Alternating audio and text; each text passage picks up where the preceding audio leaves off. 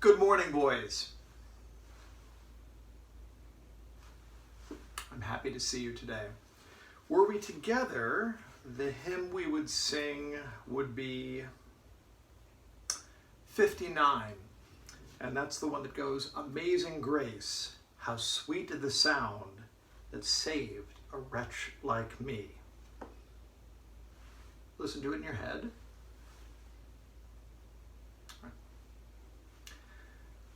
I was thinking after I gave you that little talk yesterday about the importance of exercise, I went on too long. I didn't need to speak for as long as I did. Why? Because sometimes there are these expressions that do an awful lot of work for you. You could go on for minutes and minutes about something, or you could just put it very, very simply. And what I'm going to share with you now is a very fine Latin expression. Can you see it? Let me bring it closer. Now, 4th and 5th graders, I wouldn't expect you know this. 6th graders, perhaps you do. Make your guess. Mens sana in corpore sano.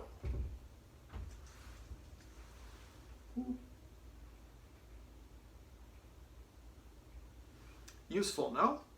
Sometimes you'll see this carved on the wall of a gymnasium or someplace where there's exercise to be done.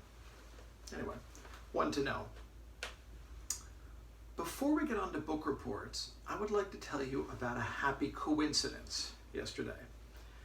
It was around 10:30, and the spigot of email was streaming in, and something came in from Nurse Porter. And it wasn't about coronavirus. It wasn't about anything having to do with medicine or medical matters. No, it was about books. And she sent along an excerpt from a book. And the excerpt went like this.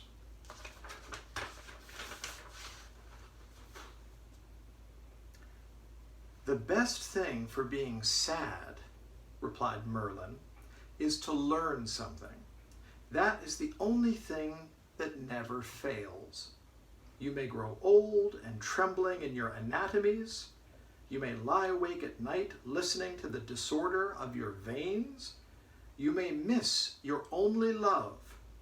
You may see the world around you devastated by evil lunatics, or know your honor trampled in the sewers of baser minds.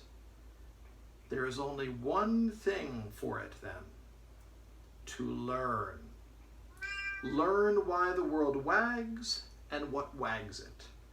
That is the only thing which the mind can never exhaust, never alienate, never be tortured by, never fear or distrust, and never dream of regretting. Learning is the thing for you. Isn't that fine? And that comes from a book called The Once and Future King. And I've never read this book. And I thought to myself, Self, you should read this book sometime. Not 2 hours later, I had a class with the 4th grade, and I put the question to them, what's something good that happened since the last time we saw each other? And there were many responses. And one boy said, I read something. I read The Once and Future King. And I said, really? Was it good? And he went, oh yes, very good.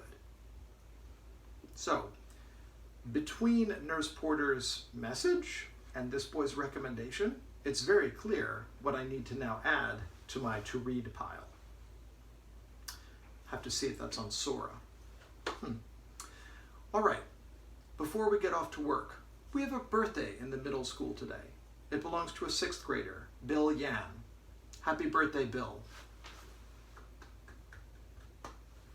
Now go enjoy some book reports and to work.